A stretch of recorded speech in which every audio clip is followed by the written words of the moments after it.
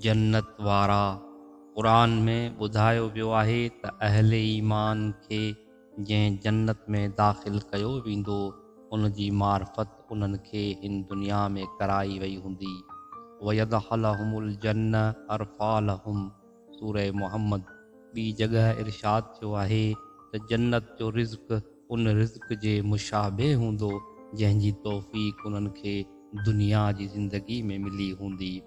हदीस में आयो आहे त जन्नत ऐं दोज़ख दरअसल इंसान जा ई उहे अमाल आहिनि जेके उन्हनि ॾे वराया वेंदा।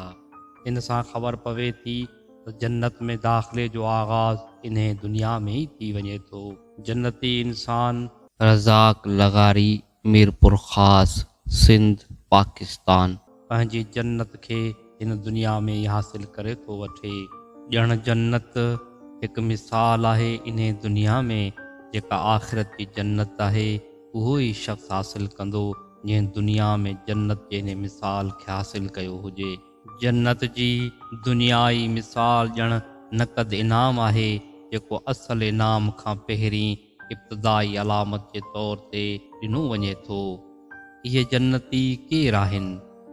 इहो उहो माण्हू आहे जंहिं दुनिया में उन कैफ़ियतनि जो तजुर्बो कयो हुजे जेको आख़िरत में उनखे जन्नत जो मुस्तहिक़ बणाइण वारो आहे, जंहिंजा वार कांडार जी ख़ुदाई मुहासिबे जो अहसास ॾियारे चुका हुजनि, जंहिंजे दिलि ते टुकड़ा करे छॾण वारी तजलियुनि जो नज़ूल उनजी कुर्बत ख़ुदाबंदीअ खां आशना कयो हुजे, जंहिं बुग़्ज़ ऐं इंतकाम जे जज़्बे खे पंहिंजे अंदरि ई कुचले अफ़ूए ख़ुदाबंदीअ जो मुशाहिदो कयो हुजे, जंहिं पंहिंजे पशेमानीअ जे ॻोढ़नि में उहो मंज़र ॾिठो हुजे जॾहिं हिकु महिरबान आका पंहिंजे ख़ादिम जे एतराफ़ कसूर ते उनखां दरगुज़र कयो हुजे, जंहिं ते इहो लम्हो गुज़रियो हुजे हिकु शख़्स खे क़ाबू करण जे बावजूदु हू उनखे इन लाइ छॾे ॾे त हुनजो ख़ुदा बि हुनखे उन ॾींहुं छॾे ॾींदो जंहिं ॾींहुं हू हुन खां वधीक अजज़ जी हालत में हूंदो, जेको अमरे हक़ जे अचण सां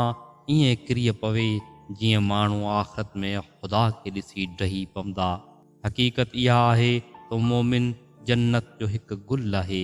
हू मौजूदा दुनिया में अचण वारी दुनिया जी हिकु मुखड़ी आहे। मोमिन ते उहे सॼा तजुर्बा इन दुनिया में गुज़रियो वञनि जेके ॿियनि ते मौत खां पोइ गुज़रण वारा आहिनि। माण्हू जी ज़िंदगीअ में मुख़्तलिफ़ क़िस्मनि जा हालात पेश अचनि था, उन्ही में हर माण्हूअ जी जन्नत ऐं जहन्नम लिकल आहे। इन हालात में शैतानी रद्द अमल पेश करे को शख़्स जहन्नम जो मुस्तहिक़ बणिजो वञे ऐं को मलकूती रद्द अमल पेश करे जन्नत जो शख़्स बणिजो वञे।